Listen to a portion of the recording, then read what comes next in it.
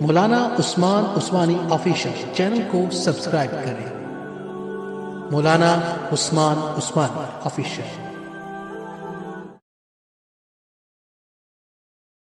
بسم اللہ الرحمن الرحیم۔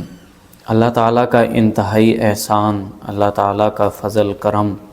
کہ اللہ تعالیٰ نے ایک مرتبہ پھر ہمیں رمضان المبارک جیسے ببرکت مہینے کی سعادتوں سے نوازا، اور انتہائی افسوس کے ساتھ کہ یہ مہینہ ہم سے جدا ہو گیا۔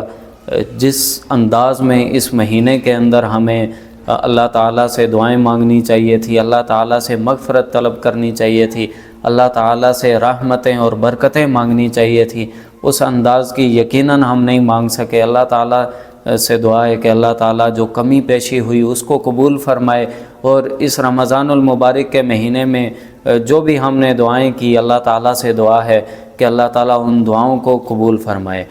آپ حضرات کے سامنے پیش ہونے کا جو مقصد، وہ ایک انتہائی اہم چیز کی طرف آپ حضرات کی بھی اور میری اپنی بھی یاد دہانی کروانا کہ ہمارے ہاں ایک عجیب ماحول ہے کہ رمضان المبارک کے اندر ہم دیکھتے ہیں کہ الحمدللہ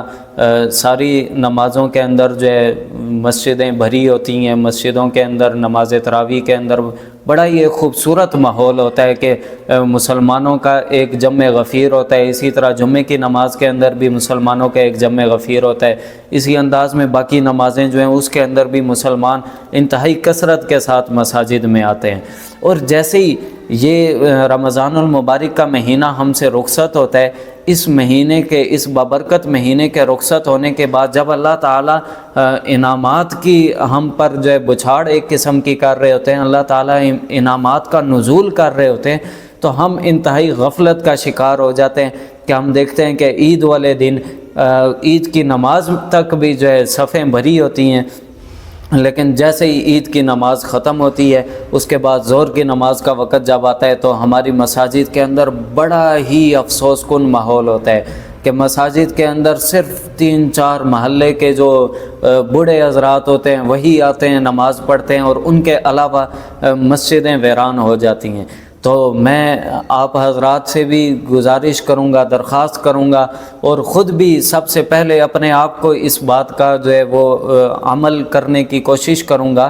کہ اللہ تعالیٰ ہم سب کو، جیسا رمضان المبارک میں ایک بڑی ہی خوبصورت ترتیب چلتی رہی کہ نمازوں کی پابندی تھی، تلاوت کلام پاک کی پابندی تھی، تو ہمیں عید پر بھی اسی پابندی کا مظاہرہ کرنا چاہیے، اور عید پر اور بلکہ آنے والے مکمل سال میں بھی ہمیں جو ہے اللہ تعالیٰ کے ساتھ وہی تعلق، وہی رابطہ جو ہے جوڑ کر رکھنا چاہیے، کیونکہ وہ عید کا دن جو ہوتا ہے اس دن میں تو اللہ تعالیٰ نے ہم پر انعامات کی برسات کرنی ہے، اور ہم انعام لینے کے بجائے جو ہے ہم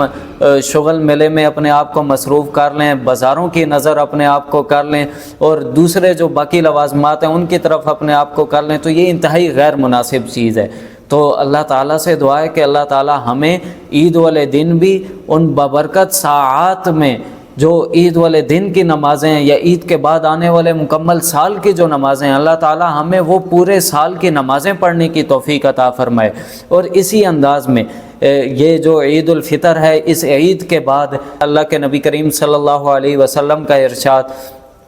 کہ اللہ کے نبی کریم صلی اللہ علیہ وسلم اس عید کے بعد شوال کے 6 روزے رکھا کرتے تھے۔ وہ 6 روزے بھی رکھنے کی اللہ تعالیٰ ہمیں توفیق عطا فرمائے۔ ان 6 روزوں کی بھی بڑی فضیلت ہے۔ کیوں کہہ لیا جائے کہ رمضان المبارک سے پہلے جو مہینے، اس مہینے کے اندر جو ہے وہ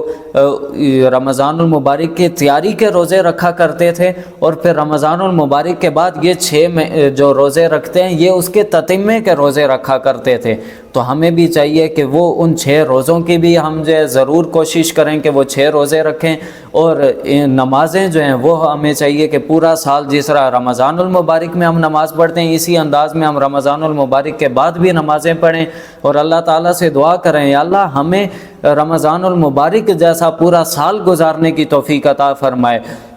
تاکہ آئندہ جو رمضان المبارک ہے اس میں ہم پہلے سے زیادہ بڑھ چڑھ کر اللہ تعالیٰ سے وہ رحمتیں، وہ برکتیں اور وہ دعائیں مانگ سکیں، اور اللہ تعالیٰ سے وہ اللہ تعالیٰ کی خوشنودگیاں جو ہیں وہ اپنے حصے میں زیادہ سے زیادہ جو ہے وہ سمیٹ سکیں۔ اللہ تعالیٰ مجھے اور آپ کو، ہم سب کو عمل کی توفیق عطا فرمائے۔